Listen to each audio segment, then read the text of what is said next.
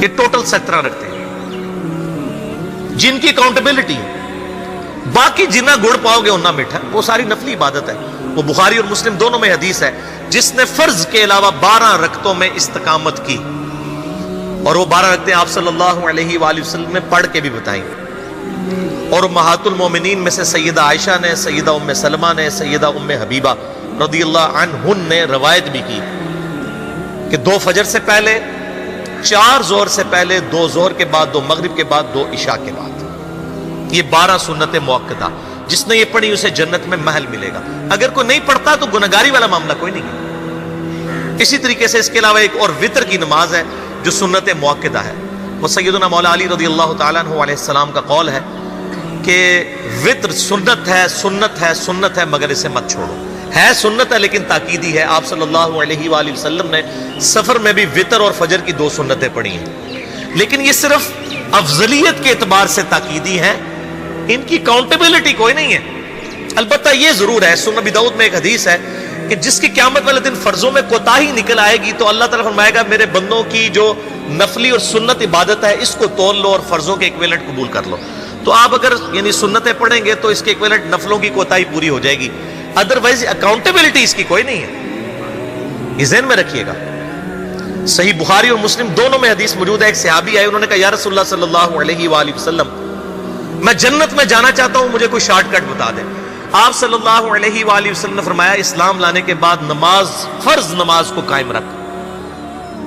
پھر فرمایا فرض زکوٰۃ ادا کر، فرض روزے دے، روزے جو ہیں وہ ان کو ادا کر اور روزے رکھ.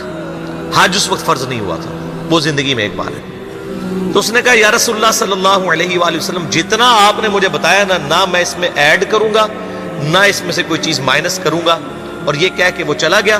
آپ صلی اللہ علیہ وآلہ وسلم نے فرمایا اگر کسی نے کسی جنتی شخص کو دیکھنا ہے تو اس کو دیکھ لو، جو یہ کہہ کے گیا کہ میں فرض نماز سے زیادہ کوئی نماز نہیں پڑھوں گا، صرف فرض روزہ ہی رکھوں گا، فرض زکوٰۃ ہی دوں گا. اب روزہ اور زکوٰۃ میں تو ہمارے علماء کو اور عام پبلک کو بھی جو دیندار لوگ ہیں ان کو ہضم ہوتی ہے کہ کوئی شخص یہ نہیں کہتا کہ بھئی پیر اور جمعرات کا روزہ. صحیح مسلم میں حدیث ہے کہ آپ صلی اللہ علیہ وآلہ وسلم کے نفلی روزوں کی یہ روٹین تھی.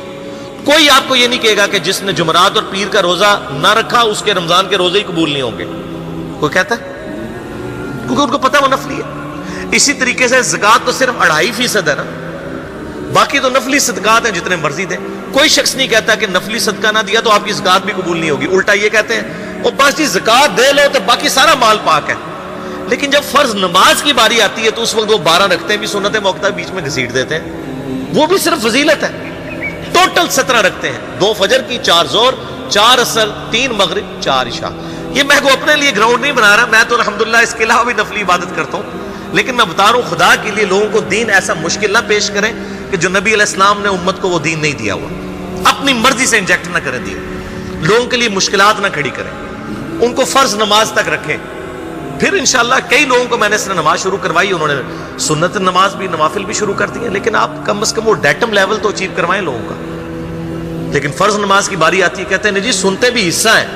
کہاں سے میرے بھائیوں حصہ ہے؟ وہ 17 رکھتے ہیں، سنتیں پڑھیں گے ثواب ہے، نہیں پڑھتے گناہ کوئی نہیں ہے. تو کم از کم فرض تو ادا کریں. اس کے لیے آپ کو ٹوٹل 24 گھنٹے میں میرے خیال ہے 40 منٹ بھی نہیں چاہیے فرض پڑھنے کے. تو اس کے اوپر تو استقامت کم از کم ہم اختیار کریں. اور چھوٹی چھوٹی جو نٹی گٹیز ہیں ان کو تو ہم نے اتنا فالو کیا ہوا ہے، اور فرض نماز کے بارے میں ہم اتنے کیجول ہو جاتے ہیں. تو یہ فرض نماز کی امپورٹنس اس حوالے سے ضروری تھی، اس لیے میں نے ساتھ ہی بیان کر دی.